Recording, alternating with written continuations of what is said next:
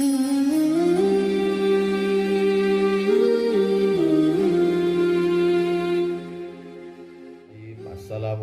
warahmatullahi wabarakatuh.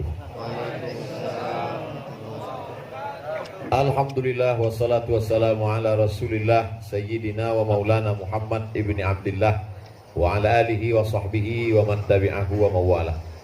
Yang sama-sama kita hormati Bapak Duta Besar Republik Indonesia untuk Sudan beserta Ibu, keluarga besar KBRI, adik-adik, mahasiswa-mahasiswi, masyarakat Indonesia. Tak dapat saya sebut satu persatu. Insya Allah kita semua dimuliakan Allah Subhanahu wa Ta'ala. Amin ya Rabbal Alamin.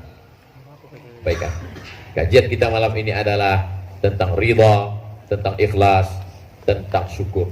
Tidak akan mungkin menjadi hamba Allah yang bersyukur kalau hidup ini tidak ridha menerima ketetapan Allah Subhanahu wa Ta'ala. Suatu ketika saya sedang membuka-buka lemari keluarga saya, bukan lemari orang lain. Waktu saya buka-buka lemari itu adalah satu buku. Tulisan sampulnya warna kuning, covernya, backgroundnya hijau tua. Tulisannya A Cup the Chicken Soup for the Soul. Semangkok sup ayam untuk jiwa. Saya buka-buka isinya Alhamdulillah bahasa Indonesia. Judulnya aja yang Inggris. Buku ini saya baca tahun 1995. Waktu itu saya kelas 3 SMP. Mungkin sebagian adik-adik waktu itu masih berselancar di alam maya. Jadi banyak cerita di buku itu, tapi yang paling saya ingat ada beberapa. Satu ceritanya adalah seorang guru warga negara Amerika ikut tes yang diselenggarakan oleh Badan Antariksa Amerika, namanya NASA. Bukan nama tepung, tempat kita tepung NASA. Jadi Badan Antariksa Amerika yang bernama NASA itu membuat sebuah tes. 3.000 orang tes peserta yang akan diberangkatkan ke bulan. Dari 3.000 orang ini maka dia lulus. Tinggal 300. Dari 3.000 tinggal 300 dia lulus. Lalu kemudian dari 300 diseleksi lagi tinggal 30. Lulus juga dia. Dari 30 tinggal 10. Baru dia tak lulus.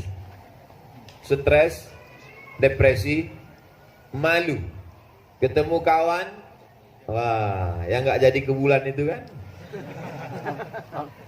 Ikut tes 3.000 lulus, 300 lulus, 30 lulus, tinggal 10 yang mau diberangkatkan tak lulus.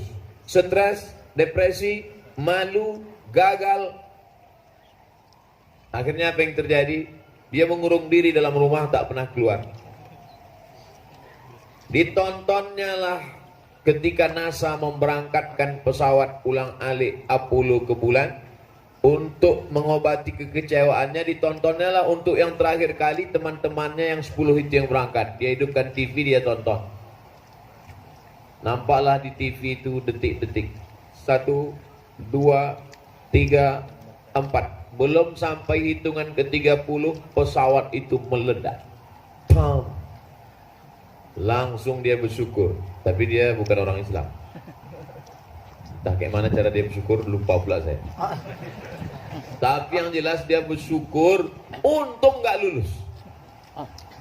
Kisah ini jangan menjadi inspirasi ketika gagal kuliah. Jangan nanti ketika mata kuliah jadi alasan gagal. Pas gagal, didatang ke KBRI, tanya Pak Dubes, gimana mata kuliahnya? Ada hikmahnya di balik itu, Pak. Jangan.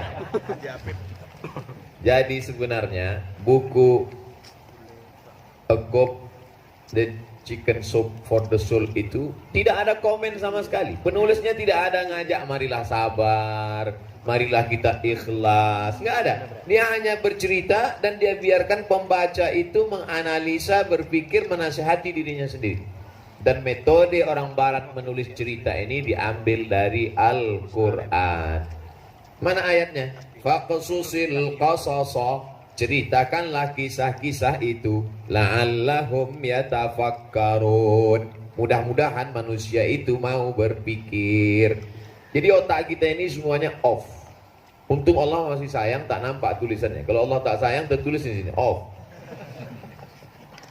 Bagaimana cara meng-on-kan otak ini supaya berpikir? Di antaranya adalah mendengar cerita. Makanya di Al-Quran itu setelah pembukaan surat Al-Fatihah, masuk surat Al-Baqarah, cerita tentang sapi betina, cerita tentang Nabi Musa, cerita tentang Fir'aun, cerita tentang Nabi Adam dan Hawa, cerita tentang iblis. Quran itu isinya cerita supaya kita mengambil iktibar pelajaran. Apalah hikmah pelajaran dari 3000 jadi 300, jadi 300, jadi 30, jadi 30, tinggal 10, yang 10 berangkat, tiba-tiba meledak.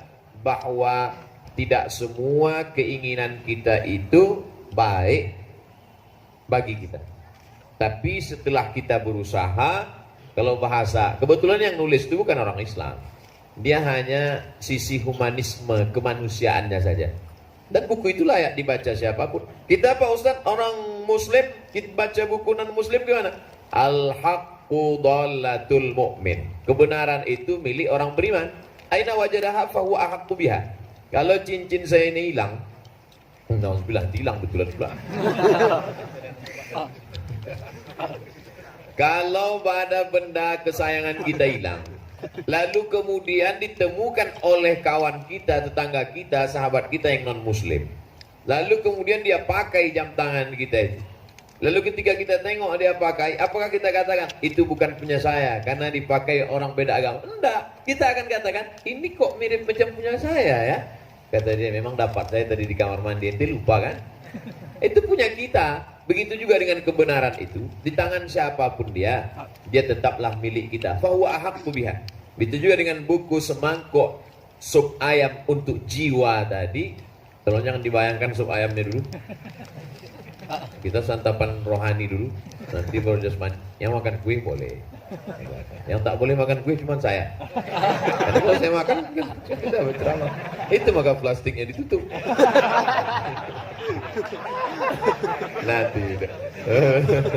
Nanti kita baru. Tapi saya termasuk. Ada sebagian ustadz itu, kalau dia sedang ceramah orang tak boleh makan. Jangan. Jadi pas kami tanya, kenapa nggak boleh Pak? Meniti air liur saya.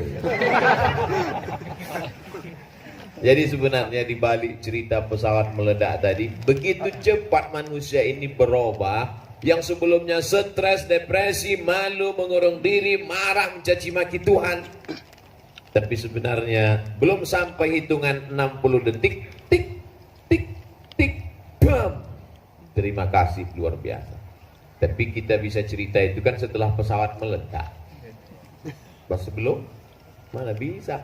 Saya sudah ditulis disertasi 600 halaman, sudah diperbaiki, sudah dicetak, cetak sekali salah cetak 2 kali. Capeknya biasa, duitnya itu. Akhirnya datang ke dosen pembimbing ngasih kertas. Dengan ini saya menyetujui disertasi ini, maka ini ada penyidang dari dalam kampus, penyidang luar kampus. Silakan bawa ke kantor.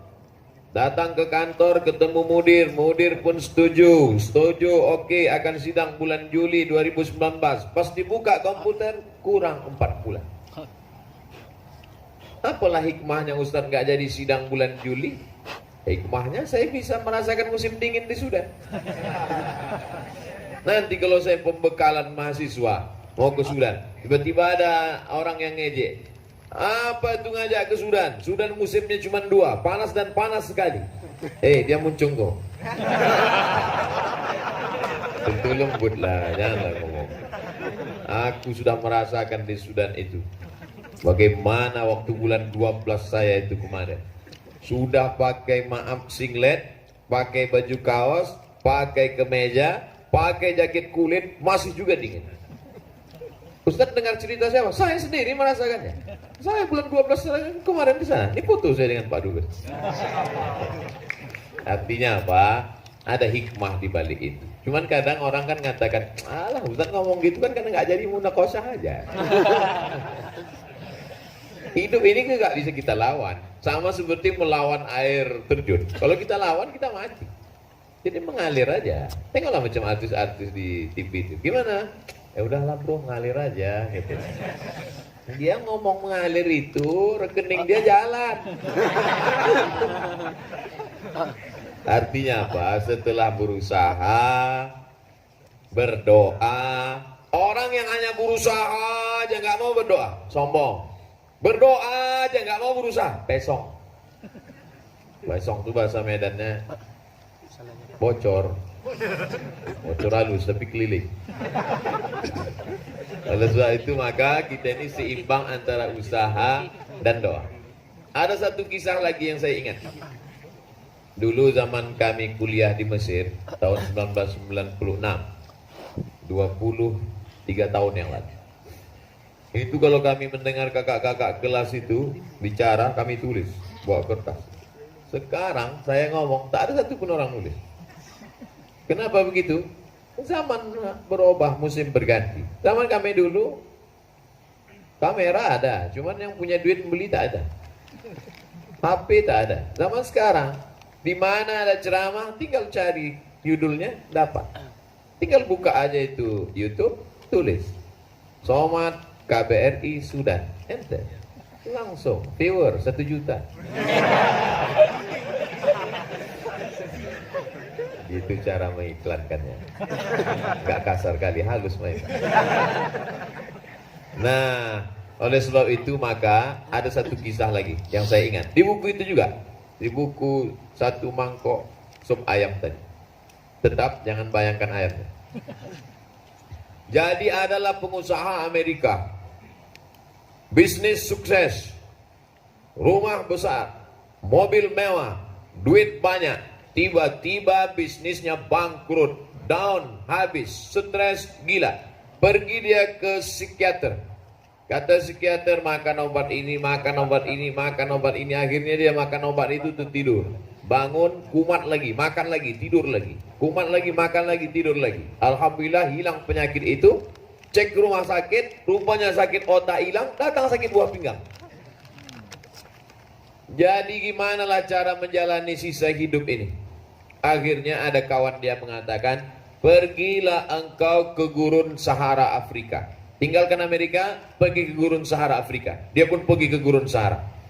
Sampai di gurun Sahara, dijemputlah kontak teman dia yang punya relasi tadi di Sahara, perbatasan Maroko dengan Mauritania. Ada judul lagunya itu, like snow on Sahara. Seperti salju yang turun di tengah gurun Sahara. Dimanalah indahnya itu, di panas terik, tiba-tiba turun secercah, sebening salju di tengah gurun Sahara. Tak bisa kita bayangkan sekarang, nanti musim panas. Apa yang terjadi? Ketika sampai di airport, dia pun turun, disambut naik mobil pickup yang di belakangnya terbuka. Makin stres dia. Kata kawan, nanti kalau kau ke gurun Sahara jumpa teman-teman saya, relasi saya di sana, kau akan hilang stres. Sampai di gurun Sahara, turun dari pesawat, dijemput pakai mobil pickup, makin stres dia. Sampai di tengah jalan, tiba-tiba ban mobil itu pecah satu. Makin depresi dia. Tapi kemudian dia heran melihat supir pickup dengan yang di samping, ada beberapa penumpang di belakang. Mobil pickup berjalan dengan 3 ban, mereka sambil nyanyi-nyanyi di atas. Jadi lama dia termenung, kok mereka nggak stres katanya. Dia sedang belajar bagaimana menjalani hidup, survive. Yang bertahan hidup ini bukan orang kaya, yang bertahan hidup ini bukan orang sehat. Yang bertahan hidup ini adalah bagaimana survive, menikmati hidup. Oleh sebab itu, angka bunuh diri paling banyak di dunia bukan Afrika, bukan Indonesia. Angka stres, depresi, bunuh diri paling banyak di dunia adalah Amerika dan Jepang. Justru negara yang paling maju, yang paling berkembang, paling mewah, paling kaya. Kenapa? Karena orang hidup dalam tekanan. Website yang paling banyak dikunjungi, website bagaimana cara bunuh diri yang paling enak. Anda mau bunuh diri ditembak tengkuk dari belakang pakai peluru tumpul atau peluru tajam, Anda mau dipukul pakai pentungan dari belakang, dan yang paling banyak diminati orang adalah naik ke kondominium lantai 100, jendelanya sudah dibuang ke pagar besinya, tinggal terjun saja ke bawah, kirim ke nomor rekening berikut ini. Penikmatnya banyak sekali, orang sudah putus asa menikmati hidup. Tapi alhamdulillah itu tidak terjadi di tempat kita. Berapa banyak orang kaya pakai mobil mewah tak bisa tidur. Orang tempat kita di Indonesia naik metro mini ketinggalan, hilang lewat simpang rumahnya. Ketiduran. Malah marah sama supir, kok nggak dibangun nih saya mas. Lewat 3 kali itu polisi tidur, nggak bangun. Artinya apa? Hidup ini ceramah saya malam ini kalau dipahami secara apatis, selesai ini rusak reputasi KBRI, rusak prestasi mahasiswa. Setelah Ustadz Somad ceramah di KBRI, etos kerja KBRI down. Rapat Pak Dubes Semengan, gimana target kita tahun depan? Survive aja lah Pak. Rapat anak-anak PPI, gimana target kita S2 S3 tahun depan? Nikmati aja hidup bro. Maksud saya, hidup ini kita pikirkan, kita rancang, kita manage, kita usaha, tetes bulu, keringat, air mata. Tapi kalau sudah sampai pada titik tingkat itu, kita mesti plong. Ada ungkapan yang mungkin sebagian orang mengatakan, ya udahlah kita ikhlas saja. Tapi sebenarnya yang tepat itu bukan ikhlas, ridho. Ridho menerima ketetapan Allah. Karena kalau kita lawan juga, ini sudah bukan domain kita lagi. Kita mesti ada batasan mana kerja kita, mana kerja Allah. Jangan kita kerjakan kerjaan Allah. Mengambil bambunya, itu kerjaan kita. Memasang ujung talinya pakai tali benang, itu kerjaan kita. Memasang ujung benang jangan dengan mata kail pancing, itu kerjaan kita. Memasang cacingnya di ujung, itu kerjaan kita. Meletakkannya di tepi kolam, itu kerjaan kita. Tapi ikannya datang atau tidak, itu kerjaan Allah. Itu harus dipahami dengan baik. Mana batasan kita, mana batasan. Ini sekarang kita sedang berhadapan dengan 2 jenis manusia. Jenis yang pertama, kerjaan dia pun tak mau dia buat. Kau nggak mancing hari ini, saya serahkan aja sama Allah. Jenis yang kedua, sampai-sampai ikan apa yang mesti datang pun dia juga mengatur. Ini tak betul. Makanya Nabi Muhammad itu datang untuk menjelaskan, ini kerja ente, ini kerja Allah. Ini bicara ente, ini bicara. Harus sesuai. Makanya ada orang mengatakan, orang India itu Pak Ustadz, ngomongnya banyak, kerjanya sedikit. Dulu tonton filmnya, ada ketika-ketika ngomongnya banyak, kerjanya sedikit. Orang Jepang, kerjanya banyak, ngomongnya sedikit. Kerjanya banyak, ngomongnya sedikit. Orang kita, lain yang dicakapkan, lainnya dikerjakan. Hah? Mudah-mudahan. Tapi muji dia Pak, kerjanya sedikit. Kerjanya banyak, cakapnya sedikit. Oleh sebab itu maka, supaya kita jangan sampai salah apa yang kita bicarakan, apa yang kita kerjakan, mesti sejalan. Ini kerja kita, ini kerja Allah. Jangan sampai kita tidak mengerjakan yang mestinya kita kerjakan. Jangan sampai pula kita mengerjakan yang mestinya kerjaan Allah SWT. Ente nggak masang pancing di sini? Iya kalau ada ikannya. Kalau nggak ada, itu kerja Allah. Kira-kira sampai di sini bisa dipahami? Karena biasanya orang belum makan susah nangkap.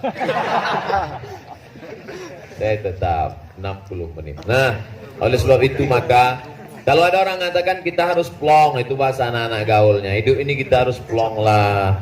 Atau ada yang mengatakan ini kita harus ikhlas lah. Karena banyak orang melawan hidup, akhirnya stres, akhirnya depresi, hilang selera makan, tidak bisa tidur malam, akhirnya tidak bisa menikmati hidup. Saya yakin dan percaya banyak di antara bapak ibu tidak mau ke Sudan. Sebetulnya saya dulu mau ke Madinah Pak Ustaz, tapi akhirnya ke Sudan. Sampai akhirnya mengutuk nasib terus. Kok S1 di mana? Sebetulnya aku dulu mau S1 di Madinah, tapi akhirnya ke Sudan. Kok S2 di mana? Sebetulnya aku dulu mau S2 ke Inggris, tapi ke Sudan. Sebetulnya aku dulu mau S3 ke Jerman, tapi ke Sudan. Jadi apalah makna hidup kalau cuma menyesali hidup? Beda sama saya. Saya ketika ditanya orang, Ustaz kenapa ke Sudan? Saya merindukan Sudan ini 23 tahun yang lalu.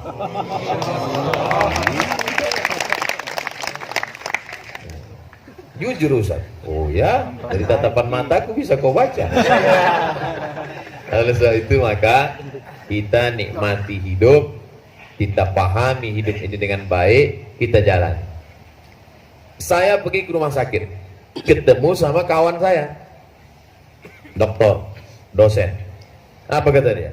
Ustaz Somad, iya, saya bawa mertua saya ke sini. Terus mertua saya itu sakit kaki.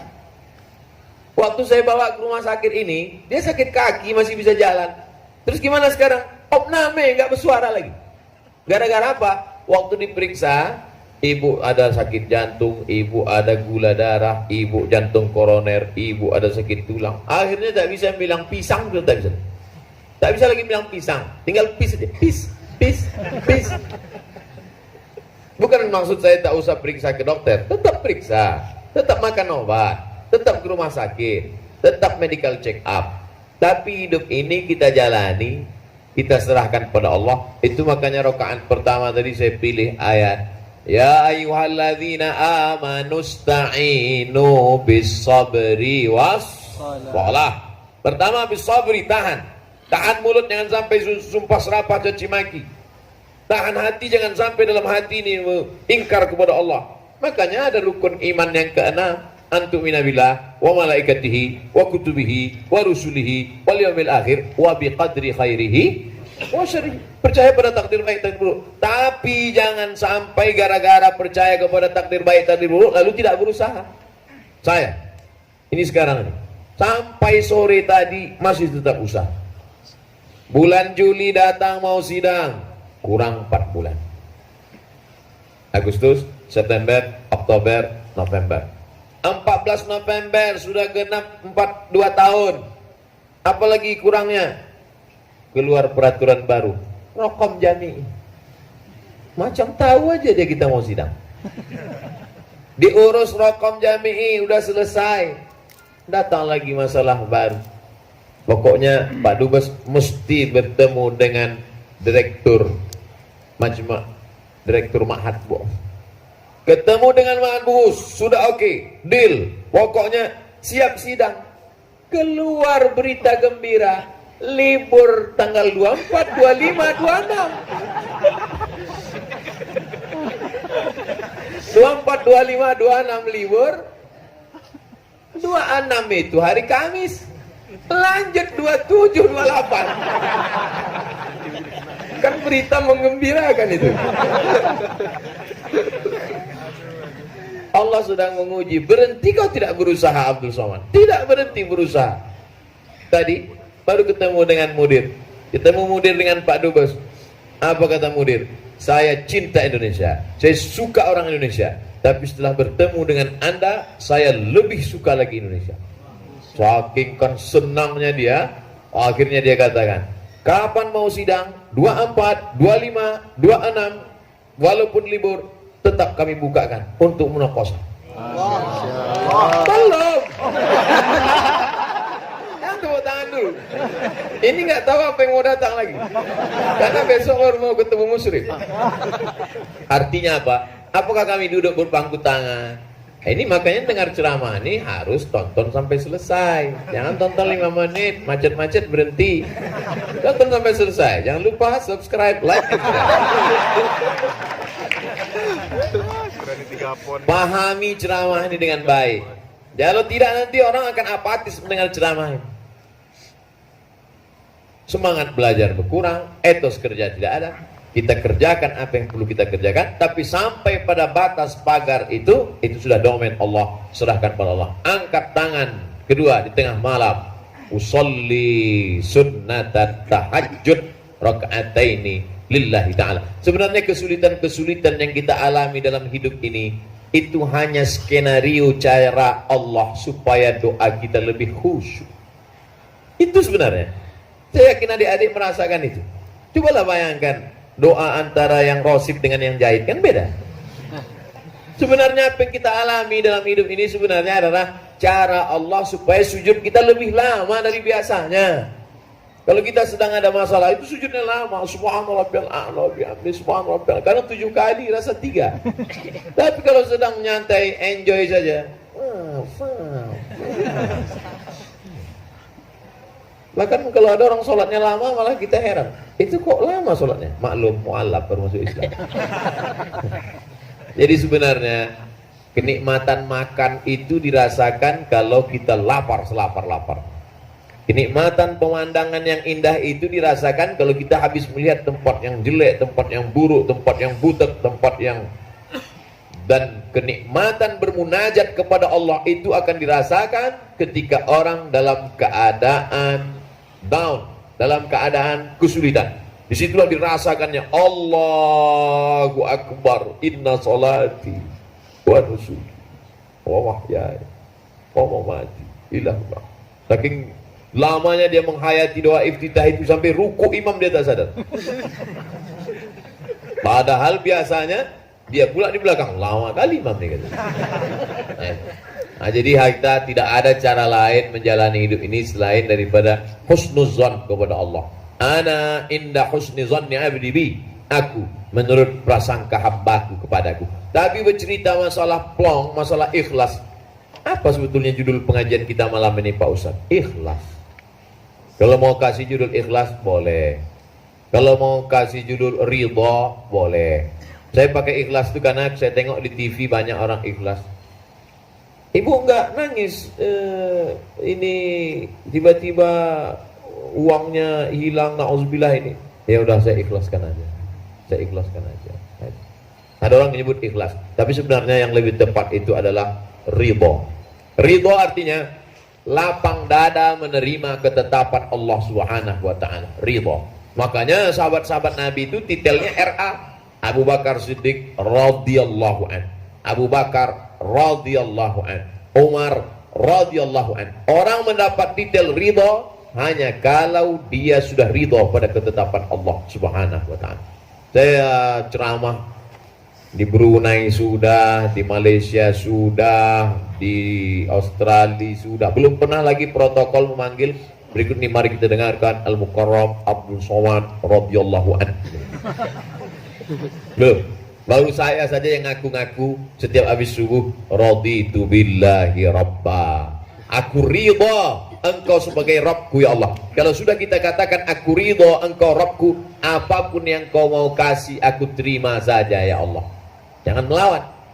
Tapi yang namanya hidup ini kan berat. Jangan kena orang selevel kita. Umar bin Khattab aja ketika datang berita musibah Nabi meninggal, dicabutnya pedangnya, man qala inna Muhammadan qad mata fa'adrib unuqahu. Siapa yang mengatakan Muhammad SAW mati, ku pancung kepalanya, kata Umar. Siapa yang mengatakan Nabi mati, ku pancung kepalanya, kata Umar. Sampai akhirnya Abu Bakar datang membacakan ayat wa ma Muhammadun illa rasul. Muhammad bukan Tuhan, dia hanya seorang rasul.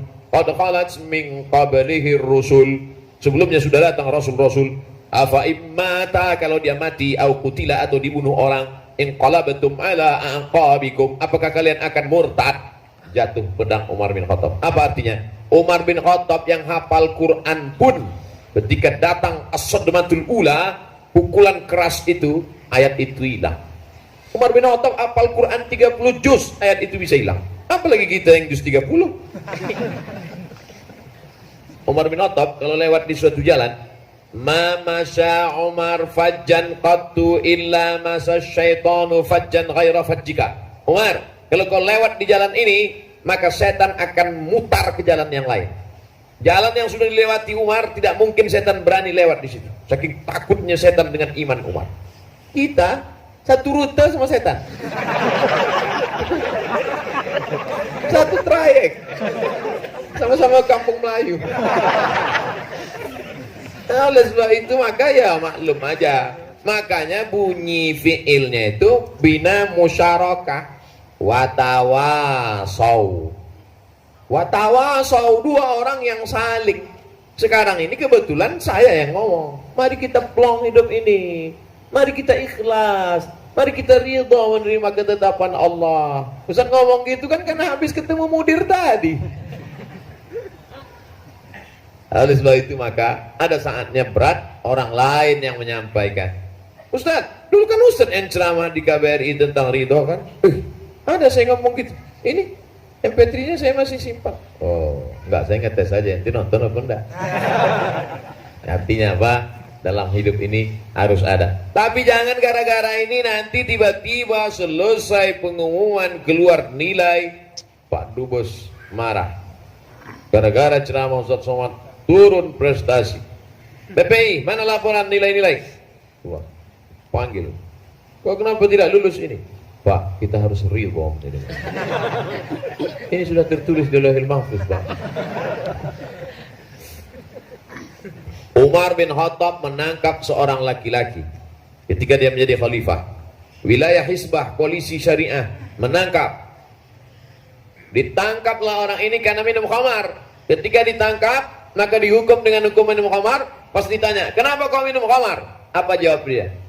Allah mentakdirkan saya minum khamar. Kata Umar bin Khattab, tambah hukumannya. Tambah hukumannya. Cambuk dia pakai pelupa korma. Bayangkan pelupa korma sama duri-durinya plus. Cambuk dia pakai pelupa korma lebih dari hukuman yang normal biasanya. Kenapa begitu? Hukuman tambahan itu karena dia bicara tentang takdir tanpa ilmu dari Allah SWT. Jadi hidup ini ada yang paling bagus kitab tentang masalah takdir. Cari nama kitabnya Al-Insan Bainal Musayyar Wal Mukhayyar. Al-Insan Bainal Musayyar Wal Mukhayyar. Ditulis oleh ulama Suriah yang mati syahid. Namanya Syekh Muhammad Said Ramadan Al-Buti. Syekh Muhammad Said Ramadan Al-Buti. Hidup ini ada kalanya kita memilih dan ada kalanya kita tak bisa memilih. Ada kalanya kita bisa memilih, ada kalanya tak bisa memilih. Saya menjadi orang Sumatera. Itu kira-kira bisa milih atau nggak bisa? Saya ulang sekali. Saya menjadi orang Melayu dari Sumatera. Kira-kira itu bisa milih atau nggak bisa? Nggak bisa. Seandainya bisa milih dulu, datang malaikat bawa kertas multiple choice. Kau mau jadi apa? Nah, saya mau jadi bule. Nggak bisa. Ini tak bisa milih. Tapi ada kalanya saya bisa milih. Mana? Saya mau minum di gelas atau mau minum di botol. Allah kasih saya mata. Abdul Somad, kau tengok baik-baik. Kau mau minum di gelas apa di botol? Dikasih Allah mata, dikasih Allah telinga, dikasih Allah tangan, dikasih Allah kudrat, dikasih Allah iradat. Kudrat, kemampuan untuk membuka botol. Iradat, keinginan untuk memilih. Telinga, dengar baik-baik. Mata, pandang baik-baik. Hati, renung baik-baik. Otak, pikir baik-baik. Makanya ketika salah memilih, di depan ada dua minuman. Yang satu khamar. Innamal khamru wal maisiru wal ansabu wal azlamu rijsum min amali syaitan fajtanibuh. Tapi satu lagi ada Zam-Zam. Allahumma inni as'aluka ilman nafi'an wa rizqan wasi'an wa shifaan min kulli da'in wa saqamin birahmatika ya arhamar rahimin. Dengan penuh kesadaran mengambil botol khamar dan meminumnya. Ketika mabuk ditanya orang, kenapa kau mabuk? Kenapa kau sakau? Takdir Allah.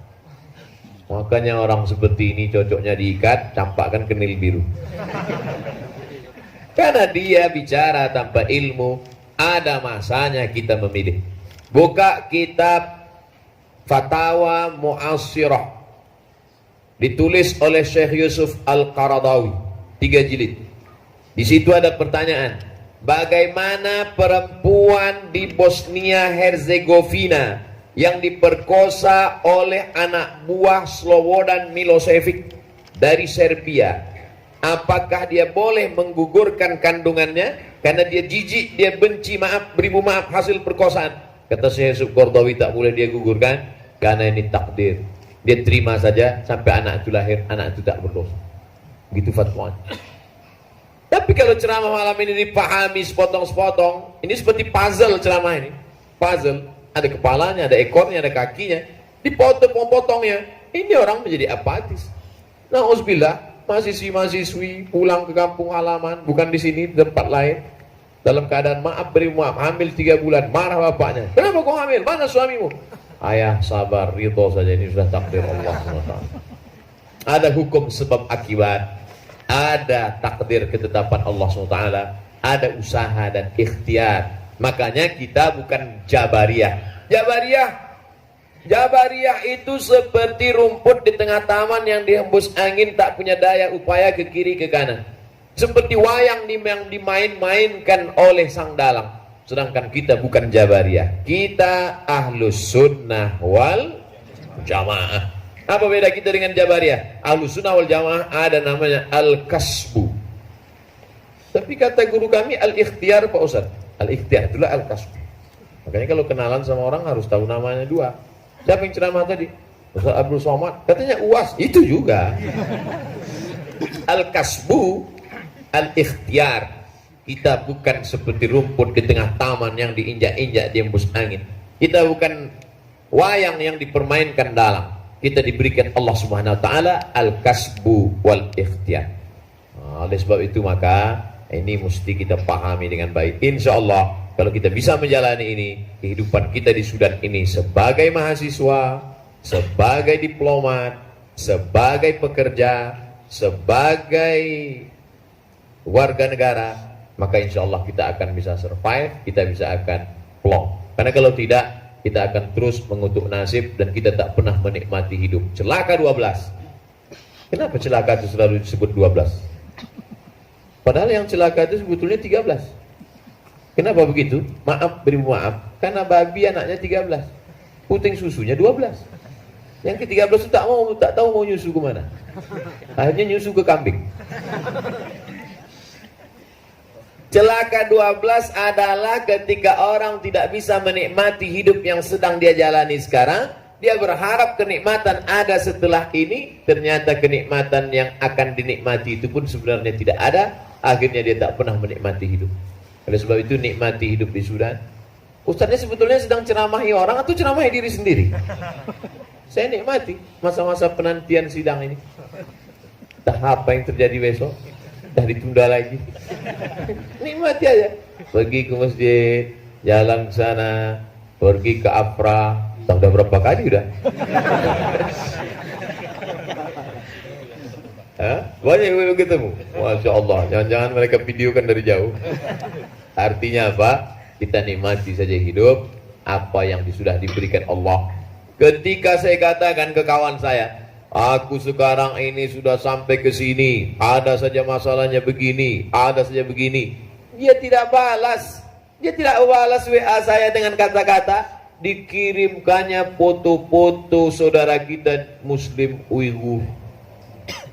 Dikirimkannya itu perempuan yang diikat pakai batu bata, yang dijahit matanya. Menengok itu, ya Allah, ternyata aku tak bersyukur. Ini yang kaitan kemarin obrolan dengan Pak Dubes. Ustadz kemarin sudah ngomong tentang syukur. Iya Pak, Ustadz bicara tentang ikhlas. Orang yang tidak ikhlas, dia tidak akan pernah bersyukur. Dan orang yang tidak bersyukur, pasti automatically dia akan kufur. Yang Ustadz bicarakan ini saya sendiri, yang beberapa hari ini kufur, tidak bersyukur, tidak plong, tidak ikhlas. Setelah mendapat kiriman Muslim Uighur itu, oh ternyata aku tidak ikhlas dan akhirnya aku tidak bersyukur. Ternyata ada orang yang lebih susah, lebih payah, lebih menderita, lebih. Itulah makanya kita disuruh unzur ilaman huwa asfala minka. Sering-seringlah nengok ke bawah, pandang-pandanglah yang di bawah. Abdul Somad, kau tak bersyukur selama di atas ini. Pandang ke bawah, coba kau tengok. Mereka ramai, kuenya sedikit. Kok cuma berdua, kuenya banyak. Itu kita mesti banyak, mesti sering-sering memandang, melihat ke bawah. Baru datang ikhlas kita, datang syukur kita kepada Allah Subhanahu wa taala. Hidup ini kalau tidak dilewati dengan syukur ini, na'udzubillah, luar biasa.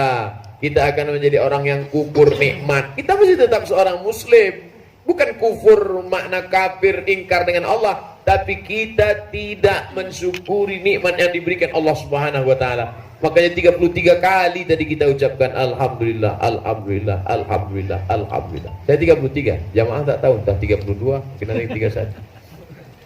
1 2 3 4 5 6 7 8 9 10 11 12 13 14. 15 16 17 18 19 20 21. 22, 23, 24, 25, 26, 27, 28, 29, 30, 31, 32, 33. Pas 33 bolak-balik tulang sendi. Pas 33 juga ruas tulang sendi dari tengkuk sampai ke belakang. Jangan dihitung sekarang, nanti balik.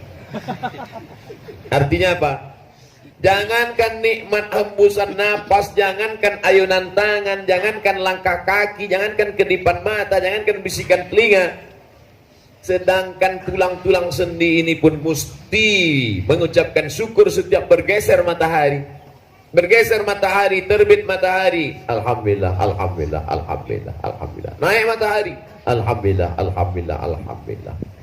Pas matahari tergelincir, alhamdulillah, alhamdulillah. Teduh matahari, alhamdulillah. Tenggelam matahari, alhamdulillah. Sempurna malam, habis syafaq ahmar nanti, alhamdulillah. Bangun nanti di tengah malam, alhamdulillah, alhamdulillah, alhamdulillah. Ustaz Somad, kalau saya bangun malam, sholat apa yang perlu saya lakukan duluan? Sholat sunat wudu. Usolli sunnatal wudu raka'ataini lillahi ta'ala. Habis sholat wudu, apalagi Pak Ustaz? Sholat sunat taubat. Usolli sunnatat taubat raka'atain. Apa dosa saya? Itu pula dia tanya. Apa dosa saya? Dosamu adalah ketika kau merasa tak berdosa. Jangan sangka dosa itu saya biasanya Ustaz kalau sholat sunat taubat itu habis nyabu.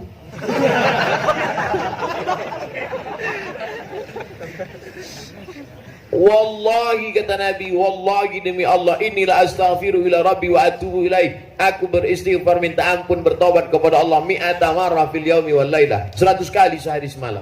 Nabi maksum tak berdosa. Kita lelaki penuh dosa. Mengaku tak berdosa, tak bersilap, tak bersalah. Oleh sebab itu dalam hidup ini, wala nabluwannakum bisyai'im minal khauf. Takut tak naik kelas, takut tak bayar sewa rumah, takut tidak lulus selesai S1, takut tidak najah, takut balik kampung, takut. Waljo', lapar, kurang makanan. Walaqsim minal amwal, kurang harta, miskin, susah, melarat, kebakaran, hilang. Wal anfus, sakit, mati, setengah mati. Wasamarat, kemarau, tak ada buah-buahan. Wabashiris sabirin, yang mendapatkan berita gembira hanyalah orang-orang yang sabar menerima itu semua. Tidak ada dunia ini orang yang tak ada mengalami cobaan ujian. Oleh sebab itu maka, cuman kadang kita kalau ngelihat orang, memang nampak kita orang. Antum tengok teman antum tengok antum. Enak ente ya. Jalan sana, jalan sini, jalan sana, jalan sini, jalan ke mall, pergi ke asrama, pergi ke masjid. Aku dari tadi di rumah aja. Ente kenapa di rumah? Aku malu jalan. Kenapa malu? Bisul di kening. Kata yang jalan ini ente nggak tahu penderitaanku. Aku dari tadi jalan-jalan. Ini karena bisul di belakang nggak bisa duduk. Tadi sebenarnya kita menyangka orang nggak punya bisul. Antum kalau ketemu sama orang nanti jangan tanya kaifal haluk, kaifal bisul. Semua orang punya bisul. Cuman orang tidak cerita tentang bisul dia. Oleh sebab itu maka saya pernah ceramah di tempat orang luar biasa. Rumah megah mewah. Di sana jalan, di sana jalan. Di antara jalannya ada rumah. Di tengah rumah itu ada taman. Jadi saya duduk di sini. Saya tanya, Pak, Bu, itu rumah siapa? Rumah saya juga. Wah, besar kali. Belakang jalan, depan jalan. Sana rumah, sini rumah. Tiba-tiba saya ditanya tentang bagaimana cara mentayamumkan orang yang di atas tempat tidur selama 25 tahun. Tak pernah turun tempat tidur. Bagaimana cara mentayamumkannya?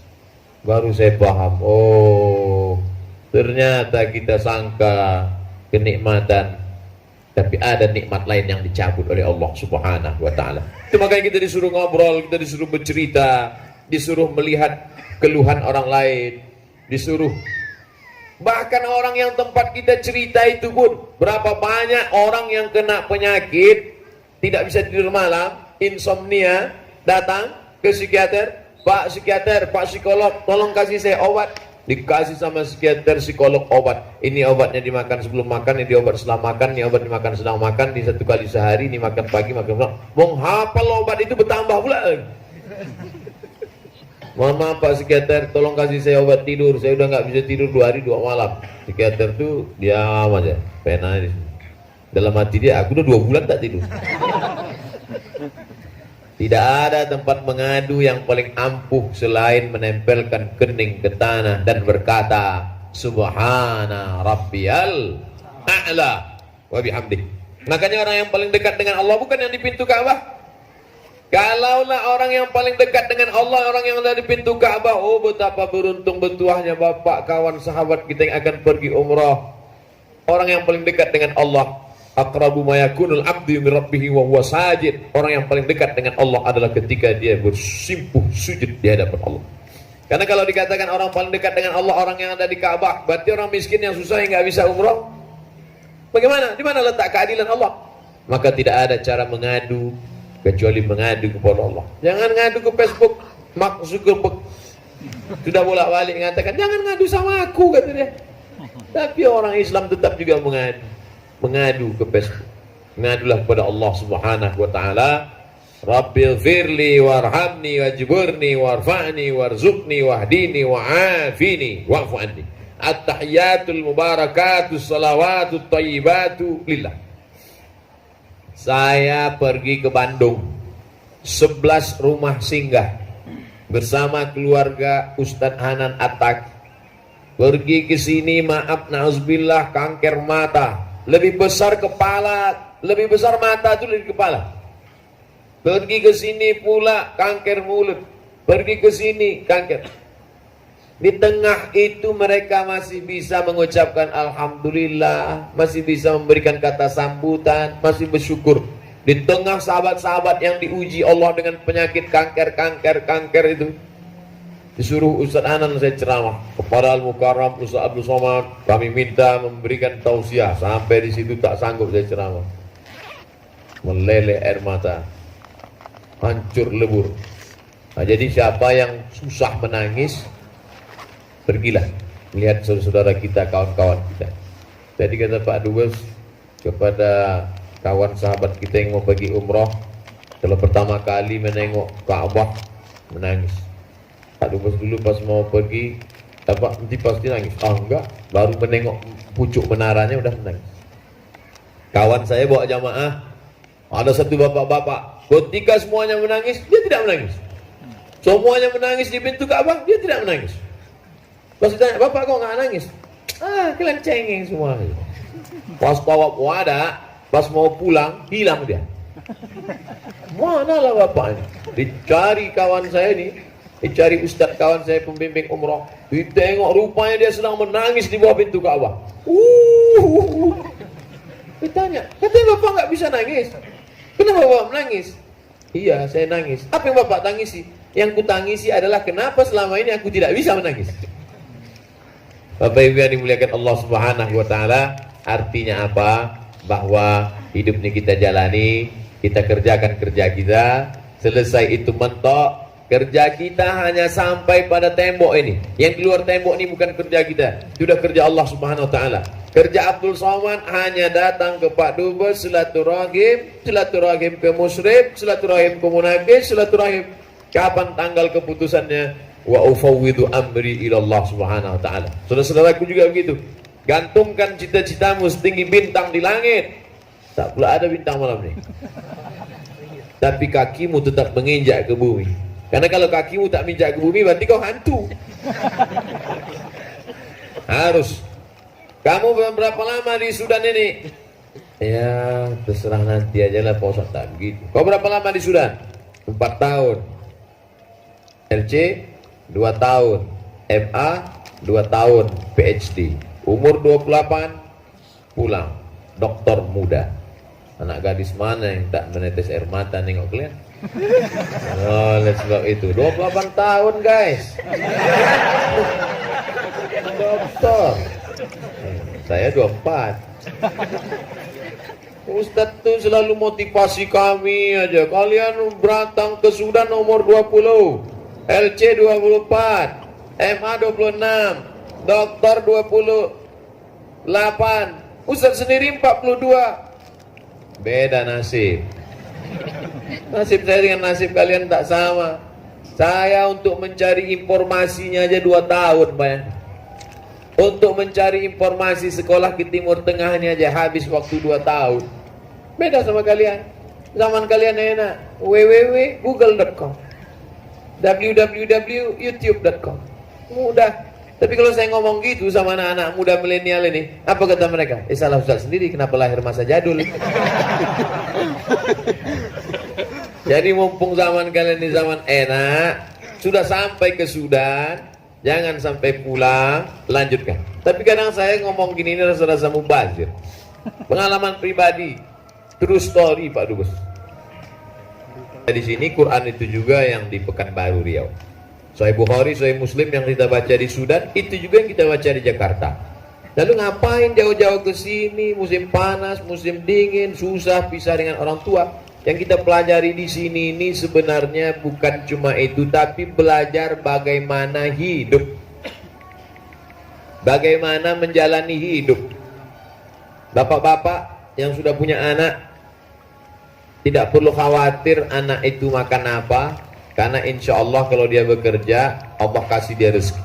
Tapi yang kita khawatirkan adalah bagaimana dia nanti menjalani hidup, punya kepribadian. Kata kawan saya, man asya fi Sudan hana alaihi an ya'ish fi kulli buldan. Kalau pernah hidup dia di Sudan, insya Allah negeri yang lain itu ringan aja sama. Nah, maka ini adalah pelatihan yang luar biasa. Belajar di Sudan ini belajar tentang integritas. Integritas. Bagaimana ketika saya sampai ke tempat munakis, pas mau foto, apa kata dia? Ya. Baik, ramah, ngobrol. Tapi pas mau foto, jangan. Ba'dal munaqash. Jangankan mau nyogok ngasih hadiah, foto aja ba'dal munaqash. Integritas. Itu yang perlu kita jaga. Dulu kawan saya waktu kuliah di Mesir, ada yang mata pelajarannya bertahan, namanya usul fikih. Dari kelas 1 sampai kelas 4, nggak lulus-lulus. Tanya sama orang tuanya, kau udah berapa tahun di Mesir kok nggak selesai-selesai? Tinggal 1 mata kuliah lagi ya. Apa namanya? Usul fikih. Kata ayahnya, kenapa nggak kau bawa roti kongguan ke rumah dosen? Disangkanya macam di Indonesia tergantung musim. Musim rambutan bawa rambutan, musim durian bawa durian. Itu yang sedang kita pelajari di sini. Di sini kita sedang belajar bagaimana mereka yang hebat-hebat, ilmunya luar biasa, tapi hidup dengan kesederhanaan. Mereka tak miskin, karena mereka sekolah mengajarnya dulu di Madinah. Habis mereka doktor, diundang ke Yordan, diundang ke Suriah. Duitnya banyak, tapi hidup dengan bersahaja. Itu yang kita ambil. Bagaimana cara hidup? Bagaimana antum menjadi ustadz nanti pulang? Kita akan bertemu dengan ustadz-ustadz yang hebat, viral, tapi hidupnya penuh dengan kesederhanaan. Saya nanti 20 tahun akan datang akan bangga. Apa kata orang? Ustadz Somad, ternyata adik-adik ustadz yang alumni Sudan itu luar biasa. Ustadz. Apanya? Sombong ya. Oleh sebab itu maka belajar di Sudan ini bagi yang belajar, bagi yang bekerja pula. Oh, saudara-saudaraku, bapak ibu yang bekerja, rezeki dijamin Allah Subhanahu wa taala. Cuman kita tak tahu di mana letaknya. Kita mencari rezeki itu lebih tahu tempat kita daripada kita tahu tempat rezeki itu di mana. Menyemburlah telur ikan 300.000 butir telur ikan. Dari perut ikan yang kecil itu, ketika dibedah, keluar 300.000 telur ikan. Yang tak percaya nanti beli ikan pasar, hitung sendiri. 300.000 telur ikan memancar keluar. Dan salah satu telur ikan itu ada yang tertulis di situ, Abdul Somad. Dipancing orang, tidak mau dia. Karena yang mancing Abdul Wahab. Dijala orang di sungai, tidak mau. Karena itu punya Abdul Somad. Sudah dituliskan Allah, ini ikan punya Abdul Somad. Tapi ikan ini mahal, senangin. Harganya sekilo 300.000. Itu ikan itu kalau kita masak di rumah, datang tamu, diambilnya banyak, menetes air mata kita. Jadi mahal ya. Nggak sanggup saya beli ikan itu mahal. Saya mau ikan-ikan teri aja, ikan-ikan kecil. Ini ikannya orang-orang kaya, orang-orang hebat. Tapi ternyata apa yang terjadi? Ketika ceramah di rumah pejabat,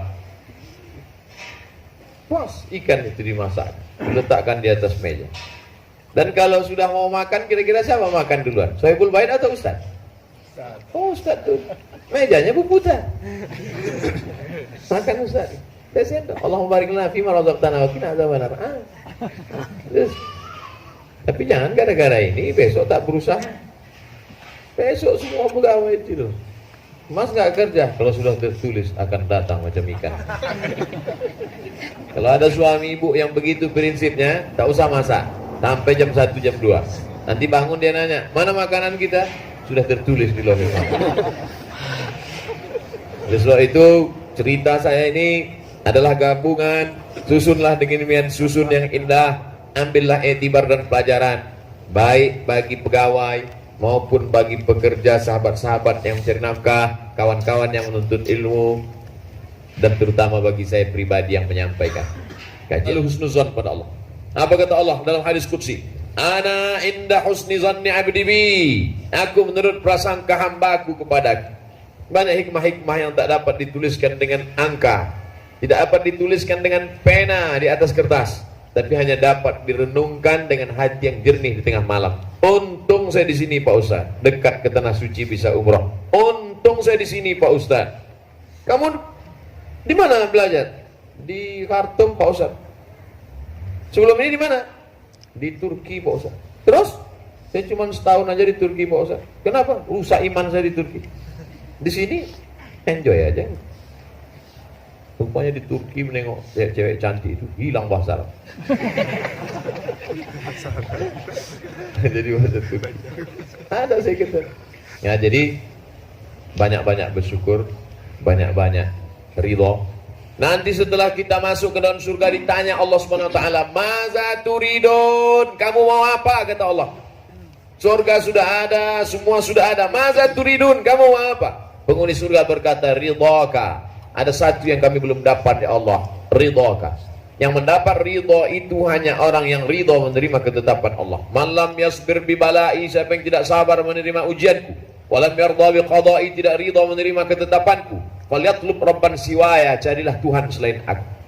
Makanya kalau ada orang masuk surga belum tentu dapat ridho, tapi kalau sudah dapat ridho pasti dapat surga. Makanya doa kita, Allahumma inna nas'aluka ridhaka wal jannah. Tamat dari Mesir 2002. Kawan saya satu rumah, satu kamar, satu kelas, satu angkatan, satu khulasoh, satu talkhisan.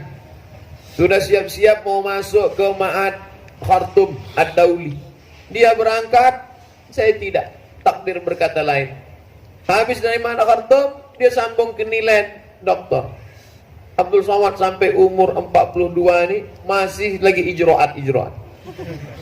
Lama saya merenung, apalah di balik ini semua. Akhirnya saya menemukan, mungkin kisah hidup saya ini akan menjadi motivasi bagi adik-adik saya. Tengok tuh Ustaz Somad, udah mau mati pun masih ijroat juga dia. Jadi tak perlu. Jadi kalian akan datang kalau ada saya diundang sama universitas, Ustaz Somad, boleh ke kampus kami ngasih motivasi. Aku tak usah ngomong aja, datang aja kalian tengok sini. Udah 42 tahun masih ijroat dia lagi. Kalian umur 23 balik. La ilaha illallah. Masih muda, masih segar, masih semangat. Pasanya kau nanti mau S3 ke mana? Saya mau balik aja Pak Ustaz. Bagus, kau tak usah balik. Pergi ke jembatan. Jadi bangkitkan semangat. Itu diantaranya hikmah kenapa saya masih 42, masih juga kuliah. Karena kalau seandainya saya tidak, seandainya kita balik takdir ya, balik. Saya umur 20 sampai ke Kairo, 24 LC, Ma'had Khartoum 26, ambil Nilen atau Durman 28 pulang. Habis itu baru kemudian saya ceramah viral. Apa kata orang? Iyalah dia kan dokter. Karena nggak ada alasan. Abdul Somad itu dia nggak dokter, dia LCMA. Oleh sebab itu ada hikmah-hikmah di balik itu semua. Tapi waktu saya pernah ceramah di salah satu masjid, marilah kita mencari hikmah. Selesai itu datang pengurus masjid, mohon maaf Pak Ustaz, hikmah udah nikah. Jadi antum terus mencari hikmah-hikmah di balik kehidupan. Di tengah perenungan malam ada yang ketawanya nyusut belakang. Itu yang dapat saya sampaikan. Rasulullah, sanjungan